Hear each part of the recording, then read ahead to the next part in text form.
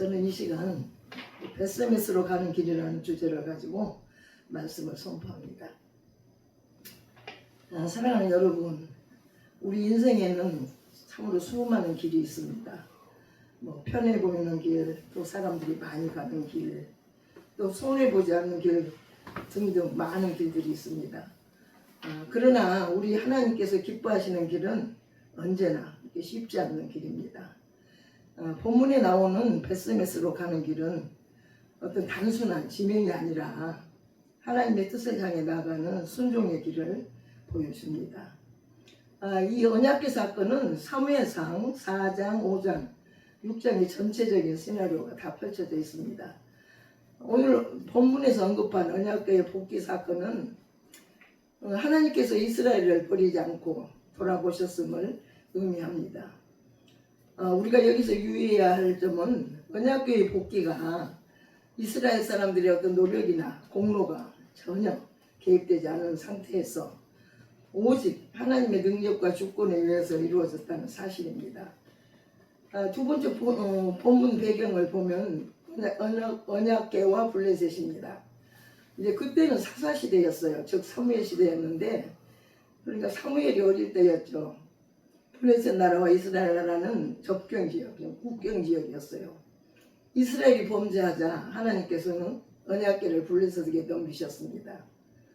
우리가 과거로 돌아가서 보면 출애굽 후 모세 때 하나님께서 성막에 서게 도면을 모세에게 주시고, 또 모세는 서게 도면대로 성막을 완성하여 하나님께 봉헌했습니다.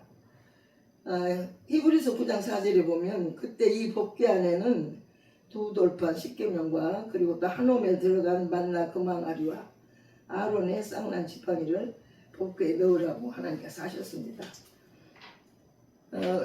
그리고 이스라엘 백성은 법궤를 앞세우고 가나안을 향해 행진했습니다. 법궤는 항상 그 2,000규빗 앞에서 제사장들이 메고 행진했고, 이쪽 규빗 간격을 두고 이제 백성들이 계속 행진을 했습니다. 하나님께서는 낮에는 구름 기둥으로, 밤에는 불 기둥으로 이스라엘 백성을 인도하셨죠. 가는 과정에서 얼마나 많은 주변 국가들의 방해와 또 백성들의 원망과 불평이 있었는지 우리는 말씀을 통하여 잘 알고 있습니다. 하나님께서는 이스라엘이 순종할 때는 방해하는 이방 국가들을 물리쳐 주셨지만, 불순종할 때는 정확하게 징계를 하십니다. 전쟁은 누구에게 속한 것이라고 했습니까? 전쟁은 하나님께 속한 것이라고 하셨습니다. 그때 모든 이방 국가들이 이러한 사실을 다 알고 있었죠.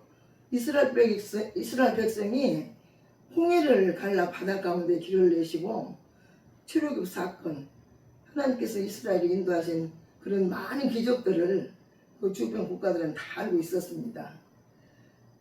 그것을 또 엘리 제사장의 두 아들 홈리와 뷰낫은 나쁘게 이용했죠. 그래서 이스라엘이 결국은 법궤를 뺏겼습니다. 블레셋 사람들은 언약궤를 전리품처럼 여겼지만 법궤가 가는 곳마다 재앙과 심판이 있었습니다. 블레셋 사람들은 이스라엘 에베네셀에서 빼앗아간 법궤를 블레셋 땅 아스돗에 있는 다곤의 신당에 두었습니다. 다곤은 블레셋 사람들이 섬기는 우상이죠. 다곤을 섬기는 제사장들과 아스돗 사람들이 이튿날 일찍 일어나 다곤의 신당에 가봤더니, 다곤이 글쎄 여호와 궤 앞에서 엎드려져 얼굴이 땅에 닿았고, 그 머리와 두 손목은 끊어져서 문지방에 있고, 다곤의 몸뚱이만 남아 있었습니다. 얼마나 놀라운 일입니까? 이 상황을 본 다곤의 제사장과 백성들이 얼마나 놀라고 두려웠겠습니까? 우리가 이렇게 항상 우리는 말씀도 들어서 그러지만, 아니 그렇게 그 다곤 신당 언약궤 앞에다 다곤이 그렇게 쓰러져 있는 걸 볼 때 얼마나 정말 놀랍습니까? 하나님이 하시는 일을 진짜 뭐라고 설명할 수가 없겠죠. 그래서 아스돗에서 가드로 다 그 언약궤가 있는 거 싫어하죠. 가디에서 에그론으로 어디를 가든 법궤가 가는 곳마다 하나님의 손이 그렇게 심판을 하셨습니다. 그러니 결국 블레셋 사람들은 말합니다. 이 법궤를 이스라엘이 하나님께로 돌려보내야지 안 되겠다. 법궤가 가는 곳마다 이렇게 재앙이 있으니 그럴 수밖에 없겠죠. 그래서 이제 블레셋 모든 방법들을 모으고 이제 회의를 합니다. 그래서 이스라엘 신을 보내어 본처로 돌아가게 하여 우리 백성에게 이제 재앙을 면하게 하자. 그래서 온 성의 환난을 당함을 면하자고 이제 회의를 했습니다. 그래야 결국 법궤를 본처 베스메스로 보내기로 결정합니다. 그래서 즉 이스라엘로 보내기로 한 거죠. 그러나 문제는 어떻게 보내느냐였습니다. 그래서 이제 제사장들과 복술자들을 불러서 여호와 궤를 어떻게 보냈으면 좋겠냐고 이제 물어봤더니 이제 그들이 말했습니다. 이스라엘 신을 궤를 보내려거든 그저 보내지 말고 그에게 속건제를 드려야 할지니라. 그리고 이방 사람들도 하나님을 안 믿어도 다 알고 있죠. 그리하면 병도 낫고 그 손이 너희에게서 옮기지 아니하면 영고도 아니라고 했습니다. 그래서 이제 블레셋 사람들은 이제 법궤를 보내려고 새 수레를 만들고 전나는 암소 2마리를 끌어와서 이제 멍에를 맵니다. 그리고 수레 속에 법궤와 이제 우상, 그 블레셋 사람의 우상인 금독종 5개, 금주 5개를 수레에 싣고 이제 벳세메스로 수레를 보냅니다. 이제 금독종, 금주는 블레셋 사람들이 섬기는 우상이었어요. 다산의 신이라고 이제 그 우상을 섬겼습니다. 그래서 이제 언약궤가 이제 벳세메스로 갑니다. 이제 블레셋 방백들은 수레를 보낸 후 재앙의 원인을 알아보기 위해 지켜보기로 했습니다. 이제 보아서 그 교회가 본지경으로 올라가서 벳세메스로 이제 곧장 가면 큰 재앙이 이스라엘 신이 자기들에게 내린 것이고, 만일 그렇지 않으면 우리를 친 그 손이 하나님이 친 게 아니라 이제 우연이다. 그래서 그걸 지켜보기로 한 겁니다. 그러니까 이제 블레셋 방법들이 사람의 생각으로 이제 하나님을 시험하는 거죠. 하나님은 때로 온 재앙인지 안 그러면 우연히 온 건지. 그래서 사무엘상 12절을 보면 이렇게 말하고 있습니다. 암소가 벳세메스 길로 바로 행하여 대르로 가며 갈 때에 울고 좌우로 치우치지 아니하였고 블레셋 방백들은 벳세메스 경계까지 따라가니라. 지켜보니까 암소가 뭐 좌우로 계속 치우치지도 아니하고 그냥 곧장 큰 길로 벳세메스를 향해서 간 것을 이제 방백들은 자기 눈으로 직접 확인했으니까 이 재앙이 과연 하나님께로서 왔구나 그걸 이제 알게 되었죠. 첫째로 이제 여기서 우리가 짚고 넘어가야 할 것은 속건제물인 금독종 5개, 금지 5개와 함께 돌려보내기로 했는데, 비록 그들은 이방인들이지만 하나님의 영광을 더럽힌 일에 대해 속죄의 필요성을 깨달은 것까지는 좋았는데, 그러지만 이제 그 언약궤를 하는 그 법대로 하질 않았어요. 이스라엘에서 그렇게 법대로 하지 않으면 그 당장 사형이고 당장 사람이고, 그 우상은 만지기만 해도 죽잖아요. 그래도 이제 이렇게 그 법대로 하지 않았어도 하나님께서는 이제 그것을 이방 사람들은 모르니까 언약궤를 수레에 싣고 서로 하여금 끌도록 하였습니다. 이건 역시 언약궤는 반드시 레위지파 고핫 자손들이 어깨에 메고 운반해야 하는 것을 그들은 그냥 이렇게 끌고 갔잖아요. 그리고 또 재물도 금독종 금지했는데, 원래 재물은 살아있는 재물을 해야 되는데, 그러니까 하나 맞질 않죠, 율법에. 그래도 이제 그 이방 사람들은 그건 아는 거지. 하나님 앞에 자기들이 잘못했으니까 이제 번제를 드려야 된다는 거. 그래서 이제 하나님 그것까지는 다 묵인해 주셨다는 것입니다. 그래서 우리가 첫 번째 벳세메스로 가는 길은 본능을 거스르는 길이라고 생각을 할 수 있습니다. 전나는 암소는 송아지에게 돌아가려는 본능이 당연히 있죠. 젖주는 어미소인데 어떻게 그 송아지한테 돌아가려고 하는 마음이 없겠어요. 우리 옛날에 애들 젖주면 엄마가 이렇게 멀리 갔다가 애 전복이 되면 이렇게 젖이 불어가지고 막 그게 아프고 반응이 온다고 그러잖아요.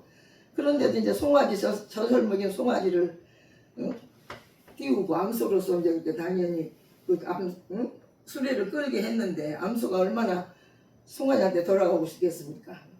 그러나 이 암소들은 뒤를 돌아보지도 않고 벳세메스로 곧장 갔습니다. 이것은 사람의 계산이 아니라 이제 하나님의 인도였죠. 벳세메스로 가는 길, 즉 하나님의 길은 좌우로 치우치지 않는 길입니다. 송아지가 좌우로 치우치지 않듯이 우리가 그렇다는 거죠. 우리가 하나님을 위해서 가는 길은 좌우로 치우치는 건 뭘 말하겠습니까? 사람의 생각, 또 사람의 방법, 어떤 이제 그런 것보다 하나님 인도하신만을 믿고 이 암소가 치우치지 않고 가듯이 똑바로 가야 되는 깨닫게 해주십니다. 또 뿐만 아니라 벳세메스로 가는 길은 편리한 길도 아니고 또 안전해 보이는 길도 아니고 익숙한 길도 아닙니다. 다만 하나님께서 정하신 방향이 있다는 것 뿐입니다. 12절에 보면 암소가 벳세메스 길로 바로 행하여 대로로 가며 갈 때에 울고 좌우로 치우치지 아니하였고 블레셋 방백들은 벳세메스 경계까지 따라가니라. 그러니까 이제 블레셋 방백들이 하나님이 내린 걸 알았죠. 자기들이 생각해도 이해가 안 갔는데 그 장난은 암소가 울면서 좌우로 치우치지 않고 계속 벳세메스로 가는 걸 보고 그래 이 재앙은 분명히 하나님이 내린 재앙이다. 그걸 확인하고 이제 돌아갔습니다. 네 번째 벳세메스의 의미는 벳세메스는 해의 집이라는 뜻입니다. 또 빛의 집이라는 뜻입니다. 벳세메스. 하나님의 언약궤는 어둠의 땅에서 이제 다시 빛의 자리로 돌아왔다는 것이죠. 이것은 영적에 무슨 의미가 있습니까? 하나님의 임재는 항상 빛 가운데 있어야 한다는 것입니다. 또한 하나님의 말씀은 다시 하나님의 백성 가운데로 있어야 한다는 것을 말씀합니다. 다섯 번째는 벳세메스 가는 길의 영적 교훈입니다. 세 가지로 생각해 볼 수 있습니다. 첫째는 하나님의 길은 시험의 길입니다. 블레셋 방백들이 시험했죠. 보아서 그가 그 본시경 길로 올라가서 벳세메스로 가면 이 큰 재앙은 그가 우리에게 내린 것이고 그렇지 않으면 우리를 친 것이 그 손이 아니오. 우연히 만난 것이 아니라고 했는데 역시 벳세메스로 가는 암소는 좌우로 치우치지 않고 하나님 인도하는 대로 똑바로 갔습니다. 하나님께서는 우리의 순종을 늘 시험하십니다. 끝까지 가는지 또 중간에 돌아서는지 감정이 아닌 말씀으로 가는지 우리의 순종을 늘 시험하고 계신다는 것을 우리가 알아야 되겠습니다. 또 하나님의 길은 본능을 이기는 길입니다. 암소들은 울면서 갔습니다. 어린 송아지에게 먹여야 할 젖이 불어서 어미소로서 얼마나 참기 어려운 아픔이 있지만 그 길을 갔습니다. 순종은 감정이 없는 것이 아니라 그 감정을 뛰어넘는다는 것입니다. 너무 참기 어렵지만 하나님의 말씀, 하나님의 인도를 순종하는 것보다는 그게 더 크지 못하고 그걸 뛰어넘는 게 이제 우리가 하나님께 순종하는 길이라는 걸 깨닫게 하십니다. 우리가 이 과정에서 짚고 넘어갈 일이 그건 아까 한 거고 가고 싶지 않아도 또 손해볼 것 같아도 이해되지 않아도 하나님 말씀 앞에서 순종하며 가는 길이 벳세메스 길이라고 볼 수 있습니다. 그렇지만 하나님의 길은 결국은 기쁨의 길입니다. 사무엘상 6장 13절을 보면 벳세메스 사람들이 눈을 들어 언약궤를 보고 기뻐하더라. 이스라엘 백성이 법궤를 빼앗겨서 얼마나 정말 속이 상하고 겁나고 당황했겠어요. 그랬는데 적국에게 빼앗긴 언약궤가 돌아오니 얼마나 기뻤겠습니까? 또 거기에 돌아옴에 대해서 또 많은 사고들이 있었잖아요. 그래. 여섯 번째는 오늘 벳세메스로 가는 길입니다. 사랑하는 여러분, 오늘 우리에게도 벳세메스로 가는 길이 있습니다. 그거는 첫째 회개로 돌아가는 길입니다. 계시록 2장 5절을 보면 그러므로 어디에서 떨어진 것을 생각하고 회개하여 처음 행위를 가지라. 만일 그리하지 아니하고 회개치 아니하면 내가 너에게 임하여 네 촛대를 그 자리에서 옮기리라. 에베소 교회 하신 말씀이죠. 이제 우리가 신앙생활을 하면서 부족하니까 실수할 수 있고 잘못할 수 있죠. 말씀대로 순종하지 못하고. 그렇지만 즉시 우리가 회개하고 하나님께 돌아오면 또 하나님께서는 다 용서해 주신다는 말씀입니다. 두 번째는 말씀으로 돌아가는 길입니다. 히브리서 4장 12절을 보면 하나님의 말씀은 살았고 운동력이 있어 좌우에 낯선 어떤 것보다 예리하여 혼과 영과 및 관절과 골수를 찔러 쪼개기까지 하며 또 마음의 생각과 뜻을 감찰하시나니 하나님의 말씀에 우리가 말씀뿐이 없다는 것이죠. 말씀만을 의지하고 또 말씀이 우리의 거울이잖아요. 우리가 항상 말씀을 대할 때 내가 생각 못했던 잘못도 보게 되고 깨닫게 되고 그럴 때 또 돌이키게 되고 그래서 늘 우리가 말씀을 가까이 하는 게 우리가 실수하지 않고 죄지지 않고 가는 길임을 믿습니다. 세 번째는 예배의 자리로 돌아가는 길입니다. 하나님은 영이시니 예배하는 자가 신령과 진정으로 예배합니다. 우리는 예배에 목숨을 걸어야 합니다. 우리는 예배를 통해서 죄를 발견하고 또 회개하고 하나님을 만나고 또 하나님의 음성을 듣고 또 마음의 평안도 얻고 세임을 얻는 예배가 되어야 될 줄 믿습니다.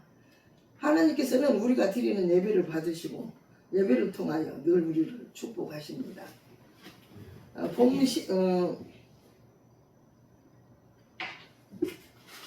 네 번째는 사랑과 순종으로 돌아가는 길입니다.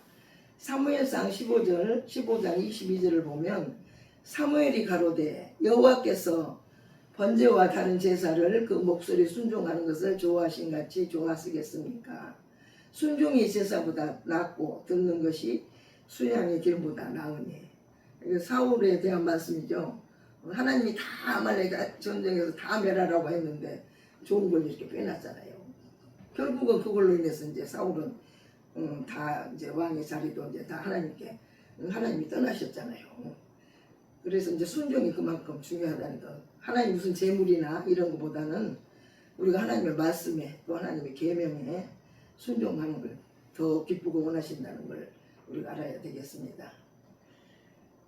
사랑하는 여러분, 혹시 지금 우리도 뒤를 돌아보고 있지 않은지 또 좌우로 치우치고 있지 않은지 또 말씀을 통하여 생각하는 시간이 됐으면 좋겠습니다. 하나님께서는 말씀하십니다. 너희는 먼저 그의 나라와 그의 의의를 구하라. 그리하면 이 모든 것을 너희에게 더하시리라. 그러므로 내일 일을 위하여 염려하지 말라. 내일 일은 내일 염려할 것이요 한날 괴로움은 그날의 족함이라. 하나님께서는 오늘도 말씀하십니다. 벳세메스로 가는 큰 길로 가라고 하십니다. 말씀을 마무리하겠습니다. 벳세메스로 가는 길은 쉽지 않은 길입니다. 또 벳세메스로 가는 길은 본능을 거스리는 길입니다. 또 벳세메스로 가는 길은 손해보는 것처럼 볼 수 있는 길입니다. 그러나 그 길 끝에는 하나님의 임재, 하나님의 기쁨 그리고 회복이 있음을 믿으시기 바랍니다.